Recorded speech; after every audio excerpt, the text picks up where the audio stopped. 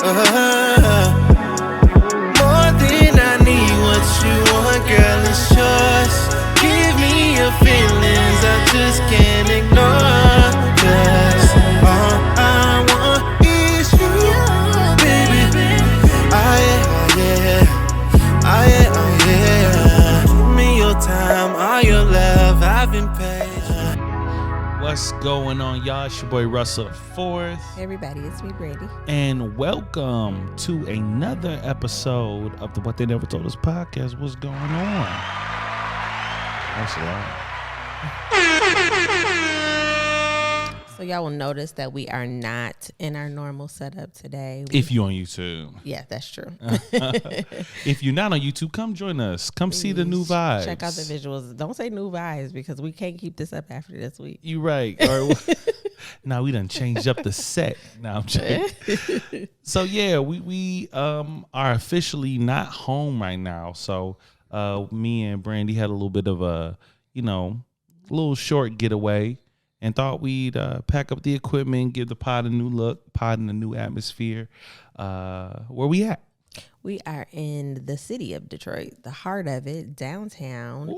We extended my birthday celebration a little bit, so Russell surprised me with a trip to a Pistons game.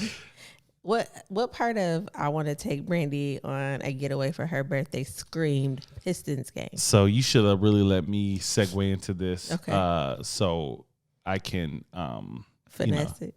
Not finesse it, but just so it doesn't feel like you just didn't enjoy yourself completely. But so I think I did one of the blunders of most husbands where they try to do something dope, but then they end up just doing something that they really enjoy instead of what their wife enjoys. But we were having a conversation. I can't remember when. Like last month? Yeah, something like that. Something like that. But she was like, "Yo, we should try to make it to a game." And I said, "You're not really." One of us said it. The conversation. Was it me? Yeah, it was you that said that. We should try to make it to a game. She was like, "Yeah, that'd be dope." And she was like, "Yeah, I just don't know if we'll have it." You know what I'm saying? Like, there's so much going on, time constraints, budget constraints. We don't know if we'll be able to make it happen. So I said, I'm going to make this shake. You know what I'm saying? So it was all that conversation. I was just like, oh, man, I think I can make that happen. So I just made it happen, thought it could be dope. But it was around like towards the end of the second quarter, she was on that phone. I said, she's not really into this. So it's not that I'm not really into it, because anytime that I get to spend with you is obviously fun, and we did something new. Like, we've never been to a professional sporting event together. Mm-hmm. I haven't been to many Pistons games in the new arena, so that was dope. In a new atmosphere, and it was fun. It was a charged environment. Basketball is just not my thing. Like, I know a lot about basketball, but to just sit and watch it, we've had this conversation a million times. Like, to just sit and watch basketball, it's not my thing. Like, it doesn't get exciting to the fourth quarter to me. And if it's a blowout, then it's like, eh. Which it was today. I much Shout rather out to prefer, the 76ers. I much rather prefer football, but I still had a good time. It's just not a Brandy activity. I wasn't even tripping about that because I knew, worst come to worst, Brandy is a foodie. Just feed me. That's it. I said, okay, we're going to go to a nice little restaurant. So I knew that would make up for it. So went to a spot called Texas de Brazil. If you're not familiar, get familiar, unless you're a vegan or vegetarian, because you might not enjoy it. But it's like a Brazilian grill style. So they just come around with just various types of meat. It was a lot of meat. It was a lot of protein. Oh my God, it was a lot of protein. So if the energy feels low, we just got a little bit of the itis, y'all. Oh my God. Literally walked there, ate, and walked back. So yeah, we fresh off, full stomachs for sure. This is my first time going there since I've had what's this called? Bariatric surgery. I couldn't even eat like I wanted to eat. It felt so bad. Had a plate full of meat. They kept coming around. Would you like some beef free? What's a fleck of steak? Fleck of steak. Prime rib. Like, they just kept coming around. I'm like, I can't. I want to, but I don't got the capacity, my brother. I can't do it. Meanwhile, I was stuffing my face, and then I turned my little card over. That's how you tell them if you want more or not. And then I saw him come around with the lamb. I was like, flip me back on green. I need some of that lamb. Oh my God. So I'm super full right now. I done ate every cut of steak that exists. Like literally every cut of steak that exists I've had tonight. And I feel like I just need to go to sleep. Us trying to pod right now is a different experience right now. It'll be okay. We're going to make it through. We're going to power through. So, number one, I think it's a good place to say, like, if you are married and you've been married for some amount of time, quick pulse check, like, mix it up, do something different, get out the house, find a way to get away. And it doesn't have to be going to stay in a hotel, but just intentionally do something for the sole purpose of being with the person you love. Sometimes it's good to just remind yourself to do that.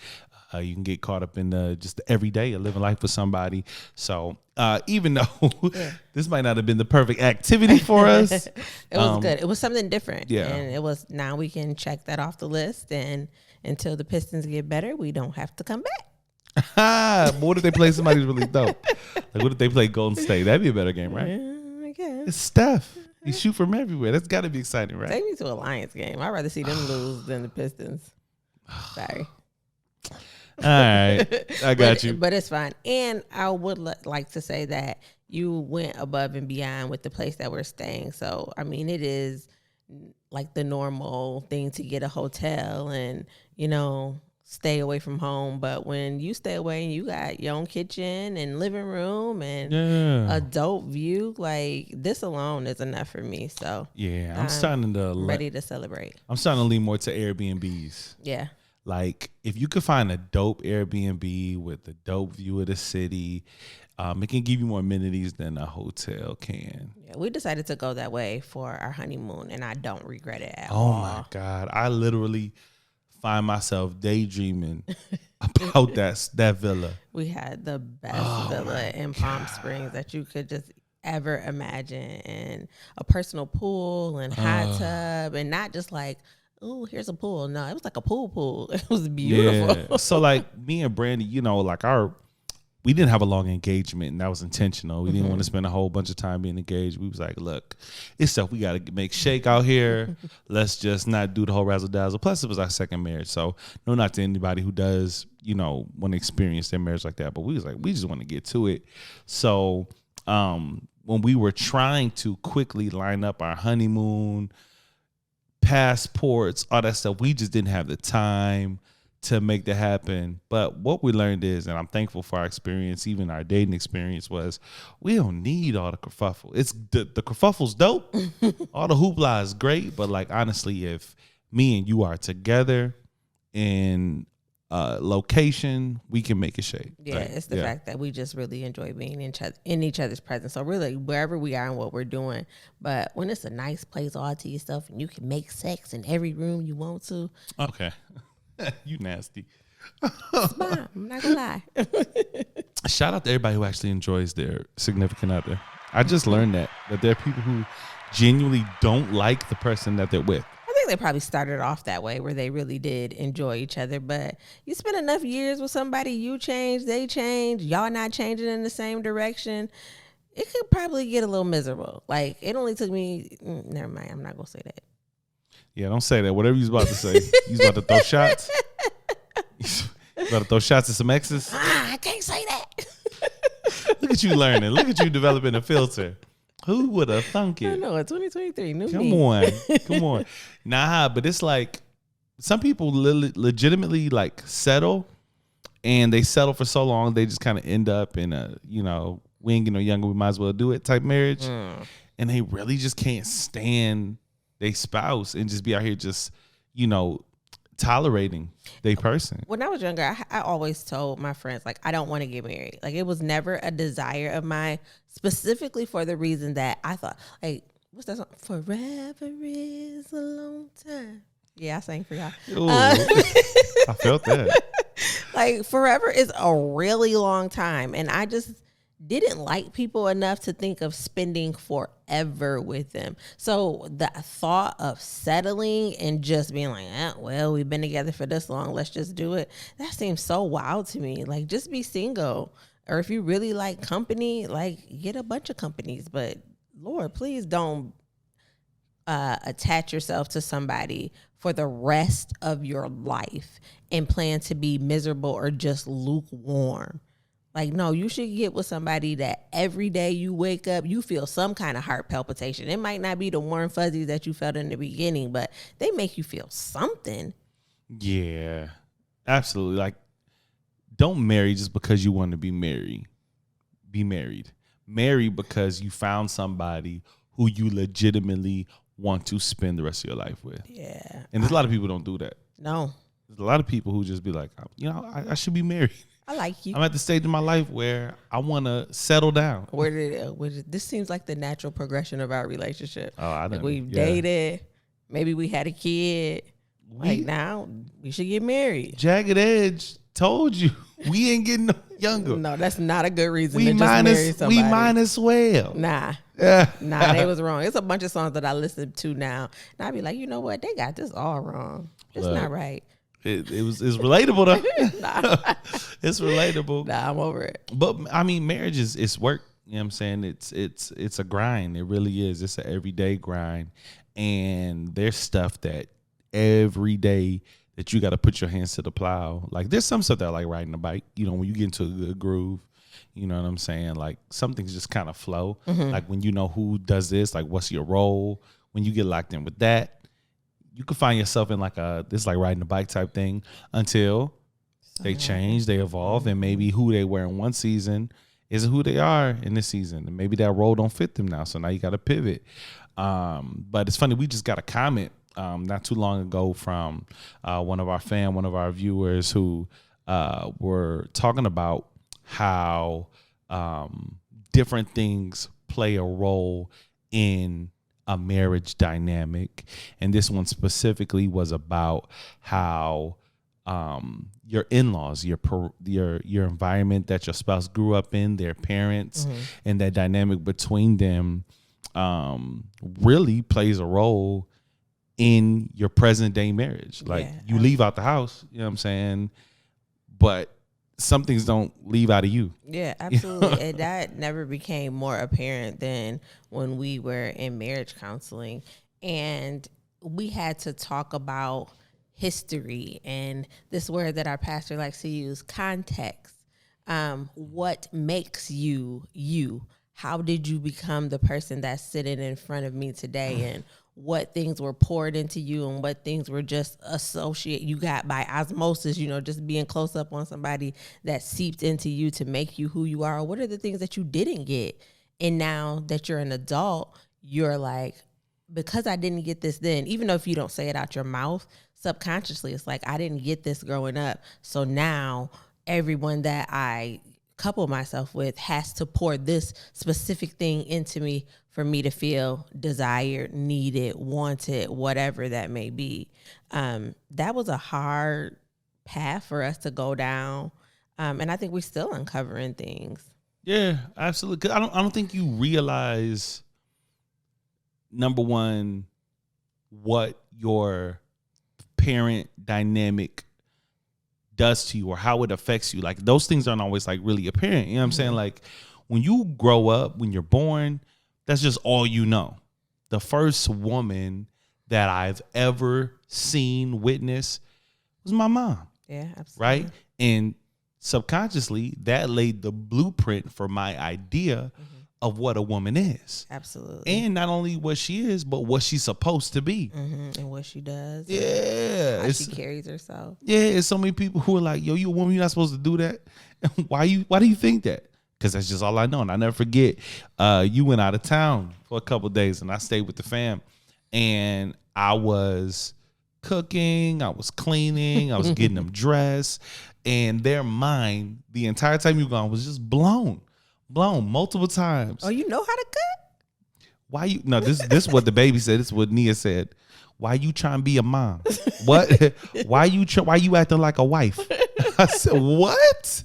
What do you mean? You're cooking.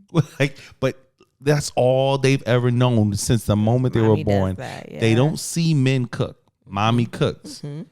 And that's their idea. I feel bad for your sons. Because they gonna get hitched in a different era. Right? Like they're used to a certain type of thing. Just gotta find the right one. Especially the youngest one.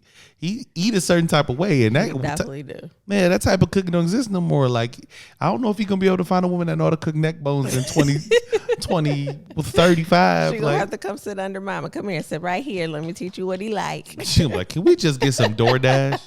Like, what is we doing? But it's so imperative. And I don't think, quick segue, but for us parents, oh man, it's so important. Like, for you to just be the best version of you. And you're not always going to be that, but it's just good to be aware. You know what I'm saying? To be cognizant of the fact that, What are they getting from you right now? yes, like my daughters are looking at me and forming an idea of what type of man or what is a man supposed to be. You know what I'm saying? Like, Absolutely. he's supposed to protect me. I'm supposed to feel safe. I'm supposed to have fun. You know what I'm saying? So it's just important to keep that in mind. It's important to keep that in mind. I remember growing up, well, I don't remember growing up thinking this, but when I look back, you know what I'm saying? You have to say hindsight is 2020. When I look back on it, right, like my idea of a woman really, and it worked two ways, right? And it's crazy because I just kind of landed in the exact same dynamic that I had been Tried to run away from. I tried to run away from my whole life. Like, our dynamic is a lot like my mom and dad's dynamic, right? Where my dad is so much like me. You know what I mean? Well, I'm so much like him.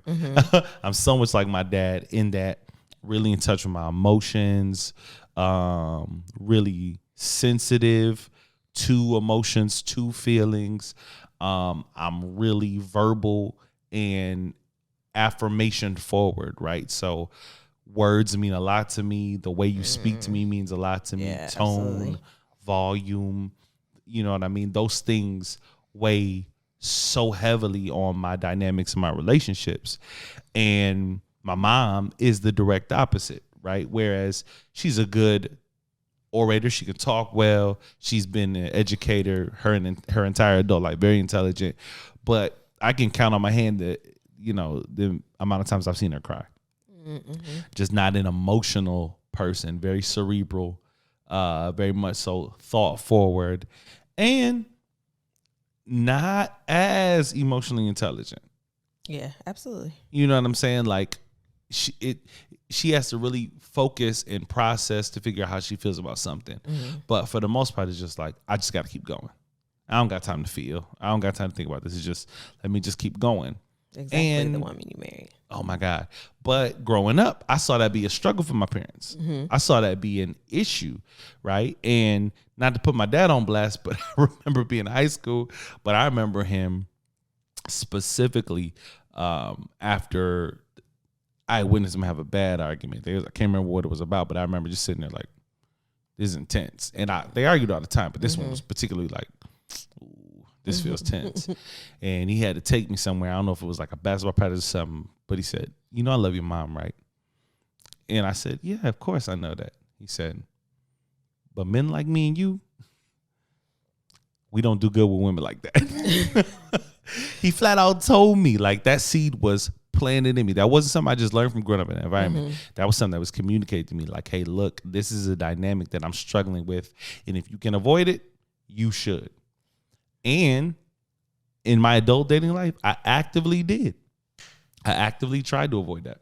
That's interesting because I think about times when I was younger and you hear sayings like, every little girl wants to marry her daddy, right? And I thought, like, what happens to the little girls who don't have their daddy? Who do they formulate in their mind that they want to marry? And I didn't have a reference for a father figure in my life besides my grandfather, but I knew he was my grandpa. He wasn't my dad. Yeah. And so in my mind, I created this man that was perfect in all the ways that I needed him to be perfect. An idea. And in the ways that he was imperfect were things that I just had no experience with. And I married that person the first time around. I married my idea of a man based off the things that I knew. He was fly. He had some swag. He was a little rude like me. You know what I'm saying? We matched each other in wit and intelligence level, and we could spar together. But like things that I didn't know that I needed because I was void of them, like emotions, like caring, like protection, like somebody who just wanted to be there to support me because he loved me and he got nothing from that. Yeah, didn't get that and didn't know that I needed that until I was in a situation where I had to be vulnerable and I couldn't necessarily take care of everything, and I needed somebody to come in and pick up the slack, and I didn't have that. And it was a complete failure. And I realized that it was because I had no reference point. Even if I could have, like, even if I had my dad and he wasn't the perfect person, but he was providing guidance or he was living his life in a certain way where I could see, okay, this is what I need in a husband. This is what a man does. But when you have to make that up yourself, you can't help but fail because you're just picking from what you think, maybe what you see on TV or what you see on the Boys on the Block, or maybe you're lucky to have a male figure that you're not close up on all the time to see them well-rounded, but you only see the best parts of them. So that's what I did. I picked the best parts of all the men that I knew had in my life and thought that's what made a good husband. Well, at least you had some idea. Like some people, it's just a lot. I see a lot of times where the absence of the father creates just the bare minimum. If you're there, that's good enough. Like, it's true. Yeah, I man, went through that phase too. Like, yeah, man, I love you, and just your presence alone is good enough. Like, you could be here and not be meeting any of my emotional needs, but you're here though, and that right there alone is something I've never had. You know what I mean? Just somebody being present. You know what I mean? So it's dope that you had, like, you still had like an idea, like, okay, now. Yeah, like at least you gotta be fly a little bit. You know what I'm saying? Got a little swagger or something. You know what I'm saying? Those things don't matter when it comes down to the nitty gritty of the things, but when you just gotta rock with somebody and you're like, that's my dude. At least you look good in pictures and whatnot. You know what I mean? Yeah, him. Yes, that's mine. Yeah. It's him. You know what I'm saying? It's a good bragging point for 3 years. You keep throwing me alley-oops. I feel like I want to. Had no longevity. I feel like I want to sneak this your ex, but you ain't gonna do that. I ain't gonna do it. Now let me ask you this: how did that specific dynamic play out in our relationship? So, you know what I mean? Like for both of us, there had to have been some semblance of awareness and healing. And we both kind of went through that, you know, but we still deal with, you know, the residue of our family of origin, our parents, our idea of what a man is, our idea of what a woman is. How does that play out in our dynamic? Like some of the things that we found in our So one of the things that I learned in counseling, it came up so we could discuss it, but it was definitely something that I learned from being under the pastor that I was under before we got together. And it was simply the fact that the male voice is so important in a family. And when you have an absence of that, it really creates almost this inability to absorb and to receive the male voice. So a man telling me I shouldn't do something, or saying as our family, we're going to do this and it's against what I think, or a man having an opinion on how I raise my kids, how I dress, how I take care of my home, anything like that. I couldn't receive that. And it played a huge part in the downfall of my first marriage. And so when we went into our counseling, I was of the awareness that, okay, this is a problem for you, Brandy. When a man tells you, it either sounds like he's correcting you or giving you direction or teaching you, you get offensive. And for you who just wants to help, is a sounding board for a lot of people in your life, is like that voice of reason for people that you associate with. I couldn't receive that. I was like, look, I don't need you to tell me what to do. What you mean? Yeah, I lock the door when I want to lock the door. I know it's good for me, but don't tell me that it's good for me. Let me figure that out on my own. Like I didn't know how to receive you being a voice in my life. Yeah, Do you recognize that? was I aware that was a dynamic? Yeah. Oh yeah, yeah. I mean, I can't say I knew where it came from, but I definitely was like, I can't tell her nothing. I was on my Kanye. I'll never forget that. Like, well, that specific one that you just named, like, there's a door that we put the dog out, you know, and it's easy to just be like, oh, I know I'm gonna have to get the dog out in a minute, so I'll just leave it unlocked. One particular night, all the kids was asleep, and I went downstairs to do some laundry or something, and I walked by the door, and it was unlocked. So when I went upstairs, I was like, hey, you know, the door was unlocked. And the fact that we had like a little back and forth about it, I was like, what are we arguing about? Like, do you disagree that the door should be locked when we go to sleep at night?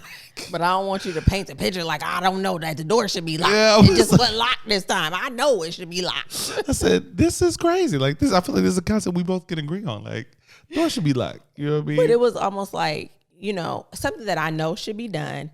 It wasn't done. You were bringing awareness to the fact that it wasn't done, and I felt insufficient in that way. It felt like, you know, hey, I'm just trying to help you, but it was almost like, oh, I don't need your help. I know that needs to be done, because I didn't have that. Like, my mom was the disciplinarian, and she had one way to do it, and you didn't talk back. I developed that in my adult life. Like, this is the way that I do it. This is why I do it this way. Can't nobody tell me no different.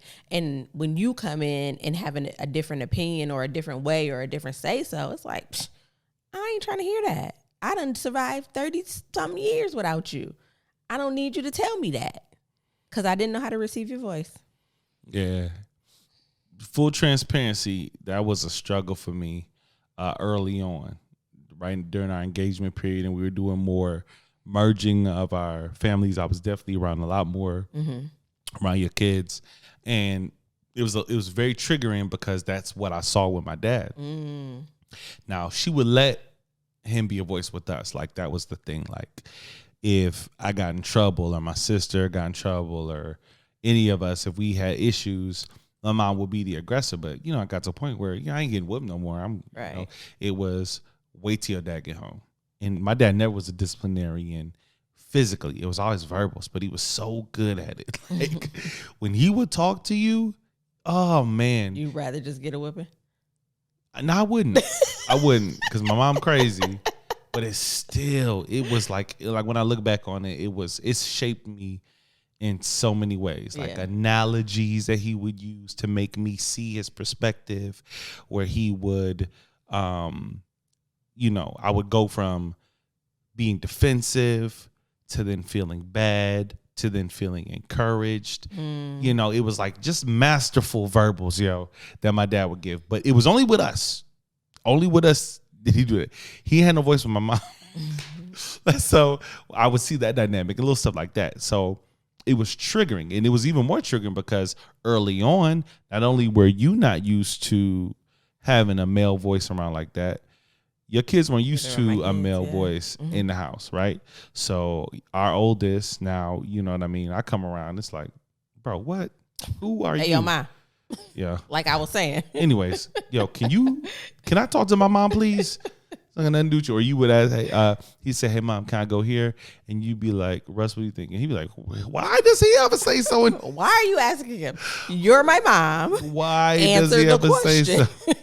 Like, you know what I mean? So it was really struggling for me because I'm like, I don't know how I can be a father and a husband in this dynamic, because everything to me that makes a man doesn't have space here. So it was a struggle at first. And you're coming from a marriage where you were that. Oh my God, yes. To the 10th power. To the 10th power. To the 10th power, right? So almost to a fault, you know what I mean? Like, yeah. The long story short, yes. It's very much so that, you know what I mean, with my children, and even in my marriage, you know what I mean? So it was definitely an adjustment. And even every relationship in my adult life, not even just my marriage, like even the relationships I had going into before our marriage. You know what I mean? They all were that same dynamic. You know what I mean? Where a lot of how I was utilized was, hey, what do you think about this? Or, hey, I'm going through this. Or, hey, can you give me some advice? Like, that was just my dynamic. So it was difficult. It was difficult. What did you carry into the relationship from my parent stuff? Well, I think early on, one thing I didn't realize, and this came out in counseling, and my sister actually helped me realize this. We did counseling with, a lot of you guys know this who follow the pod. We did counseling with both of our pastors. My pastor is my brother-in-law and my sister. That's my first lady. So one of the dope advantages was us growing up in the same home. She was able to point out things that I didn't see, right? So we got to the subject of affection, love languages. Mine has always been touch. And she was like, you know, Russ, like, you've never had that dynamic with mom. And I said, what you mean? She was like, yeah, like, that's a lot of your dynamic with mom, where you were like always on her trying to hug. And it was like, boy, get off me. Like, boy, go on somewhere. Like, I'm always trying to hug. And it was always like, you know, boy, going somewhere. That wasn't my mom. That wasn't her, you know, her flow. So it was like a huge light bulb in my head, because a lot of us just think our love languages are the result of a random lottery pick of, that's what I like. Yeah, when God made me, he just decided. That's just, you know what I mean? But why do you like it? Yeah, why do you like that stuff? Was formed from something. Like, the need was created out of something. You know what I'm saying? So, like, when I look back on my dad, his love language has always been affirmation. But when I look over his life, everything that he's done has been built on, go get him, Russ, go get him. You know, my dad was an athlete, played college football, professional football. So I was like, go Russ, go Russ. Oh man, you're the best, man. You can, you know what I mean? Like, his whole life has been that. You know what I mean? He's always found his value in what people say about him and what people say to him. Absolutely. My relational makeup, especially between women, has always been the pursuit of affection. Already, with the fact that I'm already like a sensitive dude, and I probably didn't have any say so in coming out that way. Like, I'm just more emotional. I like touching. And the fact that I grew up in an environment where that wasn't readily available created an appetite and a need for it. You know what I mean? So that was a struggle. And crazy thing is, you remember what happened in counseling when we talked about affection, what you realize when I was like, when I come home and I'm just like, oh, babe, and I want to just run up, hug you. And you were like, that's different for me. Yeah, because I didn't see that. The people in my family didn't hug and touch and rub. And He wasn't a man doing that. Yeah, no, especially. absolutely not. My grandpa was a man's man. You hear me? Like, don't touch him in a certain way that's going to make him feel weird about it. Like, he was not very expressive emotionally or physically. We talk about on a couple episodes ago, I talked about the first and last time that I saw them show physical affection to each other. It's like burned in my brain, because I'm like, what is happening? You guys don't do this.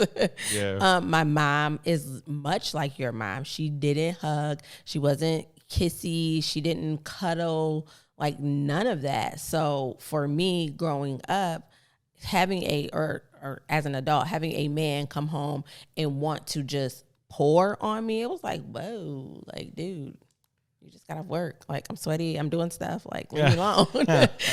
It just was different, because it wasn't the picture of a man that I had painted in my head. Men aren't affectionate in that way.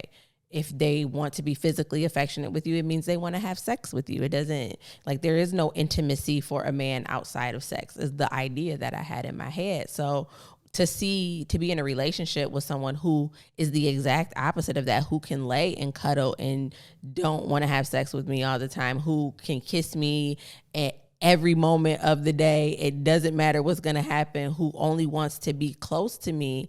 Like, I was like, and I didn't know how you were receiving that. Like, for me, I'm just like, not right now, you know, but for it to come off as a point of rejection to you was not something that I was aware of, and not knowing the context of where that need comes from, like, right or wrong, it's still a need of yours, right? Yeah. And if I'm going to be in a relationship with you, I got to figure out a way to navigate that. Yeah. And I'm fully convinced that the enemy, I'm fully convinced that the devil knew. I felt like he knew, like, man, yo, them two, they could be a problem for me.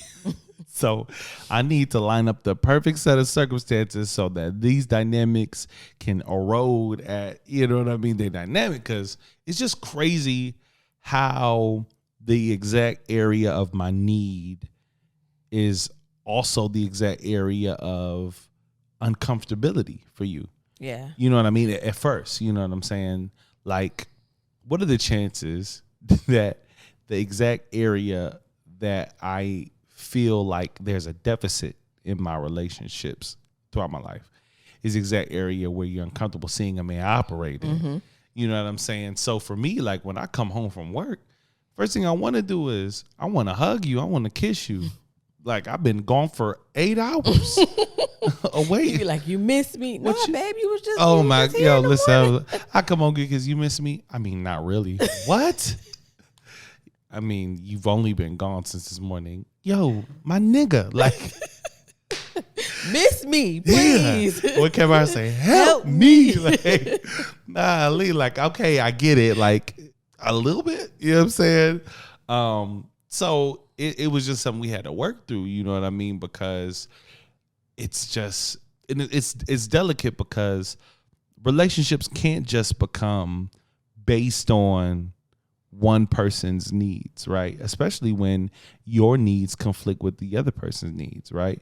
So it's insane to think that every day I come home from work that you're going to be in a space where you're just always like Johnny on the spot, like, oh, just turn it on. Yeah. Nah, I might be in a mood. I might feel a little flustered at the moment. I might have just cleaned up after you and all these no good, leave my food and my clothes laying everywhere. Talk about it. You know what I mean? So, like, I got to be cognizant of that. And there's days where, you know, you might have to be like, yo, I don't feel like it, but hey, babe, you know what I mean? And I think that's important to stop and pause at, because, like you said, relationships don't just happen because of one person wants it, but it also just doesn't happen off of desire. And that's something that I learned.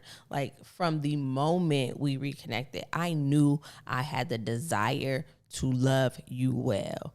And everything that I did was really out of the desire to love you well. Thing is, I didn't know how to do that. Like, I was trying to do that out of what I already know for myself, but I had to learn you to learn what it means for you to be loved well. So if that means kissing you as soon as you coming home and telling you that I miss you more often than I normally would, then my desire to love you well matches up with the work that I'm willing to put in to make sure that you feel loved. Yeah. So for me, I think love is very sacrificial. So even if I don't feel like it, if I know that you need that, I'm willing to do that. One, because of the desire, and two, because I know it requires a work from me. It requires me to push. It requires me to go beyond what I think a wife should do or your wife should do. Like, it requires me to do what you need me to do in order to make sure that you feel loved. And I realized that there's nothing that I wouldn't do to do that. I used to think that as long as I do A, B, C, D, and E, he has no reason to complain. But if A, B, C, D, and E ain't on his top 5, I'm not doing a good job of loving you well. That's real. That's real. We got to be just aware of that. We got to be aware of that, because most of the time the things that mean the most are behind the things that require the most effort. Like, some people, like, doing the dishes don't mean nothing. It means something to me. Yeah, no, for sure. Like, and I know, like, now that I know what it means to you, it makes sense to me that it's behind one of the things I just dislike doing the most. Like, I hate doing the dishes, but I know what it means to you. So that's where that sacrificial thing comes in. Like, I'd much rather just sit here and relax. But I know that if you get out of bed and you see me taking care of something that is an area of concern, you know what I mean? Or you see me lightening the load or whatever it is, you know, I know that communicates love. And that's why, like, just this whole thing we're talking about right now is like why I think we're on a mission to, like, make sure that people know that marriage can still be dope. Because I feel like there's a lot of people who just lost faith in the institution of it. You know what I mean? Like, it's so many people who just grew up without seeing that dynamic. Absolutely. Or seeing it, but it's so toxic that it's like, I don't ever want that. If that's what marriage is, I don't want no part of it. Yeah, but just most people grow up with like a substitute version of it. Mm-hmm. Like seeing a longtime boyfriend who was like a father figure to you, but, you know, mom and the boyfriend break up and, you know. He's gone. Yeah, you know what I'm saying? Or, and this is something we got to talk about too. A lot of times you'll see this dynamic, and this plays into our conversation as well, where the father is absent and the son ends up playing this like surrogate man of the house role. Absolutely. You know what I mean? Where yes, he's the son, and yes, he's a child. You feed him, you clothe him, you provide for him as the mother, but he somehow ends up being a emotional. Yeah, he's a substitute. Yeah, he has to meet your emotional needs, and it's in the language. That's my man. He don't play. You know, that's my little man. He don't play about me. You know, that's my. He gonna take care of his mama. He gonna take care of his mama. You know what I mean? Like, he get jealous. He don't want me. You know what I mean? Like, I see it so much play out in the dynamic of a lot of my homies who are grown now. You know what I mean? Who grew up without a father, and they have these like really strong bonds with their mom. And when they do get in a position where they bring a woman into their life, it's almost like this competitive nature that exists between mom and the new girl. And it's like, that shouldn't be a thing. Yeah. You know what I mean? Like, and yeah, I ain't going. That's a deep rabbit hole I could go on. I don't want to go into a long rant, but it's so emotionally damaging to men, especially like young men. Like, we create this like savior complex, and there's a lot of men right now who are going on rants like, I'm the man. I'm supposed to do this, do that. And we're like, where does all this come from? And a lot of it comes from the fact that he had to do it for his mom. His whole life. Absolutely. Yeah. Absolutely. I didn't necessarily raise my son in the fact where I was, he my man, he's gonna take care of his mama like that. But I do realize that because my son's father also wasn't around. So when I was 6 months pregnant, he went to prison and spent the first 10 years of my son's life in prison, and then paroled, and is paroled to a state way far away from us. So day-to-day interactions for the majority of his life, they didn't have any. Now, when my son got older and had his own cell phone, they were able to communicate, but still, you can't parent over a phone. So I found that I would try to substitute what his dad couldn't be there to provide for him. And I believe that I stifled my son in a lot of ways. Like, I would make excuses like, well, he don't know that. He don't know how to throw a ball. You know, he don't got no daddy, you know. So, you know, and I would overcompensate in other areas so that he didn't feel like he was missing out on that piece. And what I realized, and it wasn't until really you came around, is that there's no substitute for either parent, right? They're either there or they're not. Now, you can have people who come in and step in, but an absence of a biological parent it creates a hole that is sometimes unable to be filled by anyone else. Yeah. And there's nothing that you as a parent, the parent that is present, can do to fill that void. I can't love you, the void out of you. I can't buy the void out of you. And that's what I was trying to do. Yeah, for sure. And there is there's an interesting dynamic with our oldest. Mm-hmm. You know, I have a good relationship with him. I can laugh with him. I can joke with him. We play constantly. You can also correct him. I can correct him. That's a work in progress, but he's 18. He's 18. I can imagine that it would be that way anyway. But there is this dynamic where he's constantly measuring himself to me. Yeah. And I know why that is. And it doesn't exist with our other son. You know what I mean? Who is his biological dad is your ex-husband. Yeah. He's So present. He spends time with him. So my dynamic with you, he don't really stun it at all. You know what I mean? Sometimes it's like, maybe I could ball my mama playfully. Yeah. But like even out before we went on this trip, he was like, were you taking my mom? So I told him, I said, I'm gonna take her to a Pistons game. He said, oh. And then out of nowhere they turned to, you'll always be second to me. Like playfully. Yeah. But you know, But it's a sometimes little even with bit that of truth play, in there's a there. little bit of truth in there. Like even stuff like when I make your plate and then Oh, he'd be yeah. like, can you make my plate? And I'd be like, why would I make your plate? Well, you made his plate. Like, he's my husband. Like, Yeah. I've taken care of you for 18 years now. You can get in there and make your taco, bro. But that just shows you how even without you necessarily leaning into, you know what I mean, and emotionally you're not very needy. Yeah, absolutely. You know what I'm saying? But just for the simple fact that him growing up, he's played that role. He just saw that in himself, like where it was like, I need to make sure my mom ate today. Yes. Or I need to make God. sure. He gets on my nerves with that. Yeah, but it's like I'm concerned for you. This is my job, right? So when he asked me where I was taking you, I can't remember what he said, but he made like a little comment, like almost a negative comment about us taking this trip.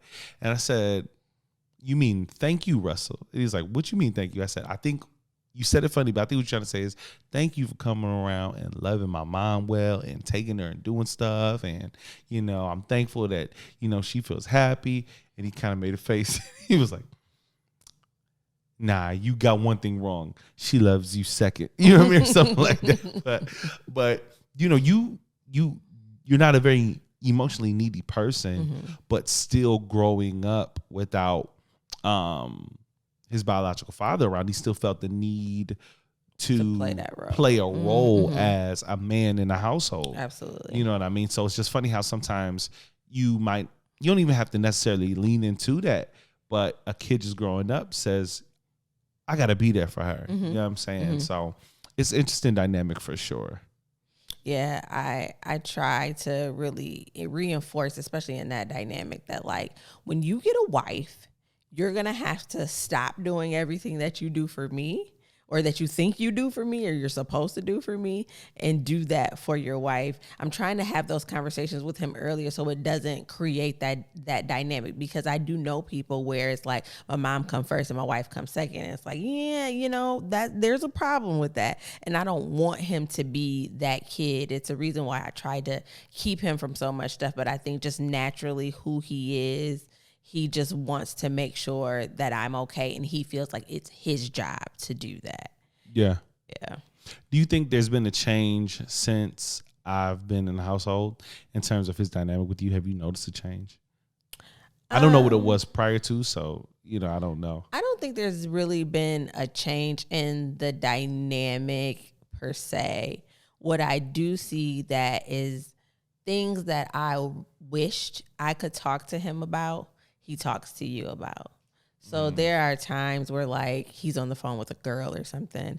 He won't tell me, but he'll tell you. Or if he likes a girl and he's not sure about how to approach her, you know, he'll be like, hey, yo, I got this little, you know, I got one on the line and I just need to know, like, I got one on the line. Should I? Or even just small stuff. Like I've always tried to influence the way that he dresses. But it's like, it's my mom telling me that I should dress this way. So yeah, no, I'm not going to do that. But now he's like, hey, yo, Rush, you like this fit?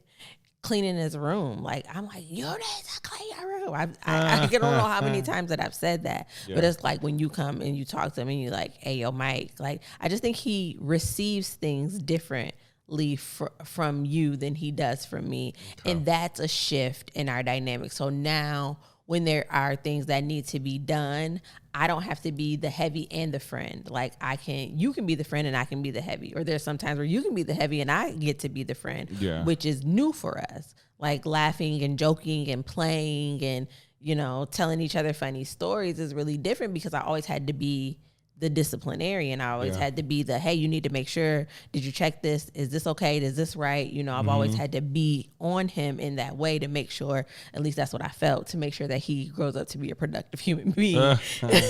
But I realize now that it's created a little bit of strife in our relationship because now he only sees me as that. And it's hard for me to play a different role for him. So I'm glad that he has you to be able to do that. So he gets both sides. I'm really curious as to, just in the same way that we sit and had this conversation about how or who our parents were, how it kind of shaped our idea. How our kids will respond. Yeah. But I'm really curious. scary. Like, I want to know, like, and we talked about this before. Like, there's no perfection in anything we do, and honestly, like, there's people who I think busted their butt to be the best parent they could, and still their kids grow up and be like, "Yo, you never did this, or you worked all the time," and it was like, "Well, I did it by myself. I was trying to make sure, you know, you had everything you needed." Like, there's no way you can do everything perfect. I'm just hoping that in the area of just who I was, you know what I mean, created a good idea of like the type of man that they should be, or also the type of man that they would want. love, you know what I'm saying? I've always wanted and desired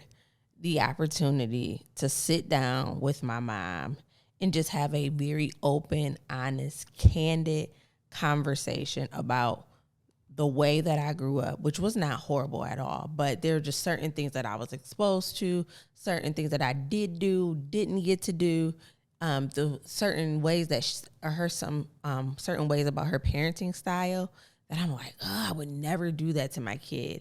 And I want to be able to sit down and talk to her and say, hey, when I experienced this or when I did this, like, this is what it made me feel when you didn't respond in the way I needed. This is what I needed from you now that I'm an adult, and I can say I needed from you and I never got. And I really hope that this platform is still around when our kids are of age. Like Michael now, he could probably do that. But I mean, when he really gets seasoned and just really to sit down with us and have an open, honest conversation, this hopefully will be out in the world forever. And I am saying here that I want my kids to do that. So kids, when you listen 10 years from now, I want you to come and talk to me and say, look, Mom, this is what I needed from you, and this is what I didn't get, and this is what you did really well, and I can tell now that I am the man and the woman that I am because you did that. I would love to have that conversation with my mom, Absolutely. but I know she couldn't receive it. Absolutely. You know what? You know what? Let me say this just in case somehow somebody start hating and send my parents clips or something. I want to say this. I'm thankful for who my mom was. You know, of course, once again, there's no perfection in anything that we do. So there's always things we could do better or could have done differently. But I do want to say that I'm glad that I had opportunity not to let the fear of seeing what my parents went through and trying to find their groove and their dynamic of their personalities hinder me from being comfortable stepping into a relationship with, you know, a strong woman. You know what I mean? And you know, because ultimately, like, I'm living in the blessing of stepping into the other side of fear. And I believe that God never gives us what we want. He gives us what we need. And sometimes that happens to match up with what we want, and sometimes it doesn't. But he's always going to provide us what we need. So God knew that I needed to see another side of a man, the softer side, the resilient side, the side that's not going to run away, the side that's like, look, I'm here and I'm going to love you regardless. I didn't have that from my father, and it created the biggest wound in me. And I can say 100% that God is using you to heal that wound. And just like for you, like I know that all the time growing up, it seemed like adverse to have an outspoken, no nonsense type of woman. But the type of man that you are, who is a dreamer and who is a visionary, like, you need somebody that's going to say, hey, let me be your string. Let's pull it down to the ground and let me help you execute everything that's in your head. It's only a certain type of woman that's going to be able to do that. If I'm just following behind everything that you say and every idea that you put out, we're probably gonna not end up in a good place. Absolutely. Just say that. Absolutely. We're not gonna be 100%. broke with lots of great ideas. Lots of things have started, but you need somebody that's able to be like, okay, now what do you need to get there? For sure. I can dream with you, but I'm also gonna help you execute. Yeah. Absolutely. God know what he's doing. He knows exactly what he's Absolutely, doing. he does. So You just have to trust him enough to believe it. that part, heavy on that part. Heavy on the part. You gotta trust him enough to believe that. Even when it don't look like what you think it should look like. 100%. 100%. Yo, I am full and tired, and I'm looking at this beautiful view of downtown Detroit, and I just want to chill. So hopefully y'all got what y'all came for. If not, we'll be back next Tuesday and we'll try it again. Don't forget to come to the live tomorrow, Wednesday, 8:30 p.m. Eastern Standard Time over on Facebook and YouTube, and chill with us and the fam. We'll be breaking down this episode and all the parts of parenting that have made us the beautiful people that we are, and that have also created some scars that we're still trying to heal from. You can come and join in on the chat and share your story, and we'll share with you, and we'll create a beautiful harmony. Absolutely. And maybe we'll revisit some of our Ask R&B segment. That was a good little start off. You know, we got some There are topics some left things over that we didn't get to. yeah. So maybe we can touch on that too. But either way, it's going to be a ball like it always is. So can't wait to see you there tomorrow. And we'll be back next Tuesday. Always remember, we love love. Y'all should love too. Peace.